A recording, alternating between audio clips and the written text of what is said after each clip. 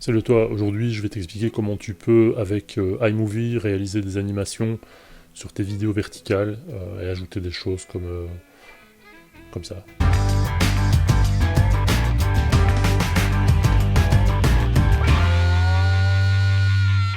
Voilà, comme tu l'as vu dans la petite intro que je viens de te proposer, aujourd'hui on va aller plus loin dans des choses qu'on a déjà réalisées, à savoir la réalisation de vidéos verticales avec iMovie.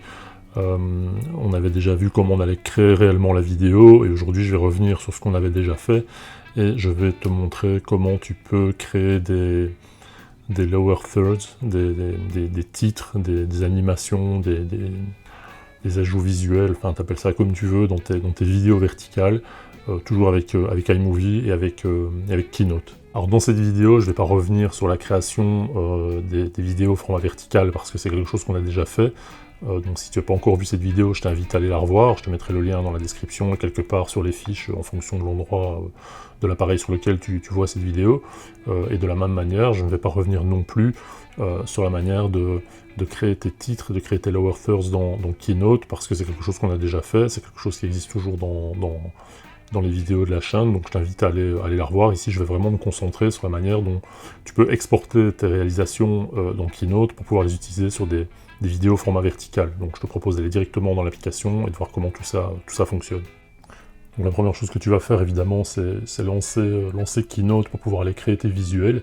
Et donc une fois que ce sera fait, tu vas aller créer un nouveau document et tu vas simplement sélectionner un format noir basique, puisque de toute façon on va modifier son apparence dans l'application.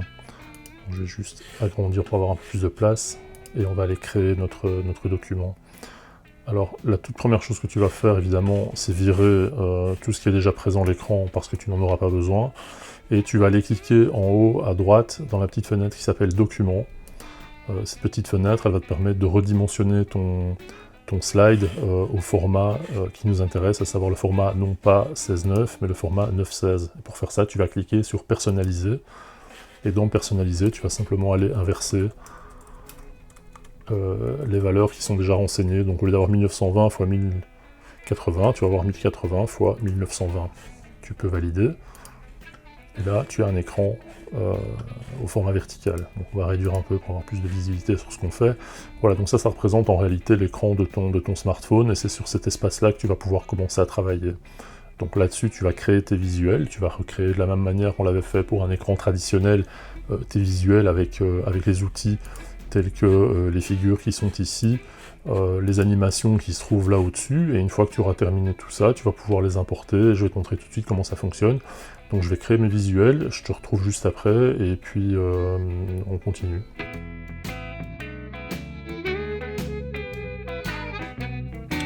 Voilà, une fois que tu as créé ton visuel, la chose la plus importante que tu vas devoir faire, c'est cliquer sur ta zone de travail, peu importe où, mais pas sur ton élément, en tout cas sur la zone de travail qui est là, qui est en fait le fond de ta présentation.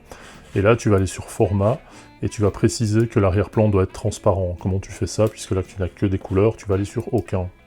Et là, tu vois qu'il y a un petit marquage qui t'indique que le fond est effectivement transparent. Alors, on ne voit rien à l'écran, en tout cas, c'est pas super visible, mais sur le système, c'est clairement un fond transparent. Petite remarque pour les développeurs de Keynote et autres, si un jour quelqu'un tombe sur cette vidéo, ce serait pas con de faire, comme dans la plupart des logiciels d'édition d'images, de faire une espèce de petite grille avec des carrés blancs et gris pour qu'on sache que c'est réellement un fond transparent, parce que c'est pas très clair, c'est franchement chiant.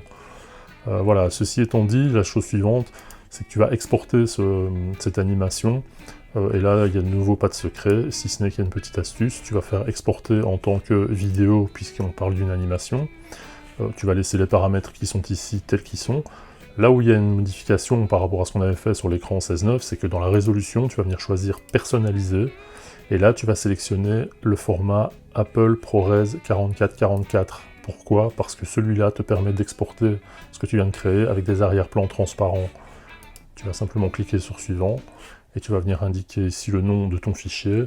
Donc on va appeler ça, tu mets le nom que tu veux évidemment, Thirds, abonne-toi, format 9:16. Là tu mets vraiment ce que tu as envie de mettre, tu l'exportes, et le système va te créer ta petite vidéo. Une fois que tu as fait ceci, tu n'en as plus besoin. Tu vas revenir dans iMovie. Tu vas importer ta vidéo verticale comme on l'avait vu la dernière fois. Là j'avais un fichier son qui est venu se mettre dessus. Je pense que on va garder, on va pas la faire trop long, on va juste prendre les 10 premières secondes, plus ou moins, voilà. Tout ça on va l'enlever.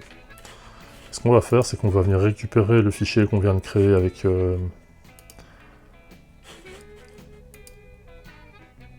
Keynote. Voilà notre animation, on va l'importer. Et on va simplement la faire glisser au-dessus de notre séquence vidéo. C'est la même chose qu'avec le format 16:9, et c'est la même chose qu'avec les vidéos au format vertical ordinaire. On n'oublie pas de renverser la vidéo, et on va aussi renverser l'insert qu'on vient d'ajouter. Donc comment est-ce qu'on va faire ça? Donc là tu vois que par défaut c'est un fond transparent, et donc là il n'y a pas de souci par rapport à la visibilité du contenu que tu viens de créer, si ce n'est qu'il va apparaître au format vertical dans un cadre horizontal. Et comme on l'avait expliqué dans la vidéo sur les réalisations de clips au format 9:16, on va d'abord faire une petite manipulation qui consiste à aller cliquer sur l'outil de crop et de faire une rotation d'un quart de tour vers la droite à notre vidéo. Et de cette manière, quand on va la lire, notre animation va apparaître. Une fois qu'on a terminé, on va simplement exporter la vidéo qu'on vient de créer comme on l'avait fait la dernière fois. Une fois que ton fichier est exporté, tu vas pouvoir aller le récupérer dans ton disque. Alors évidemment, si tu le lis tel quel, tu verras que ton fichier est toujours au format 16:9.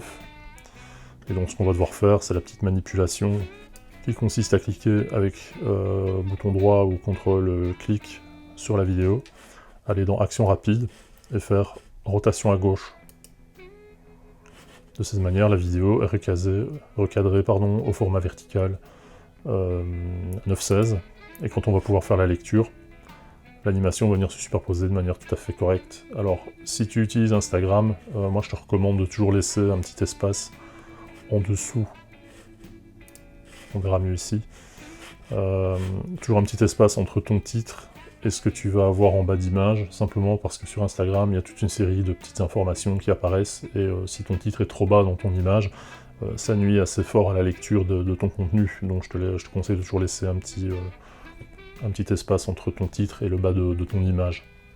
Voilà, comme je te l'avais dit, on s'est surtout concentré sur la petite subtilité qui se situe au niveau de la mise en page de ton slide dans Keynote, et dans le format d'export de ta vidéo, qui est donc le format 44-44 de chez Apple, qui te permet d'exporter un fond transparent dans ton slide Keynote, et qui va te permettre de venir l'imposer, le superposer à ta vidéo classique dans iMovie. Voilà, j'espère que cette vidéo t'a apporté quelque chose. Je t'invite à voir les autres tutos que j'ai mis à disposition sur la chaîne qui concernent iMovie. Et puis quant à moi, je te retrouve très bientôt pour une nouvelle vidéo.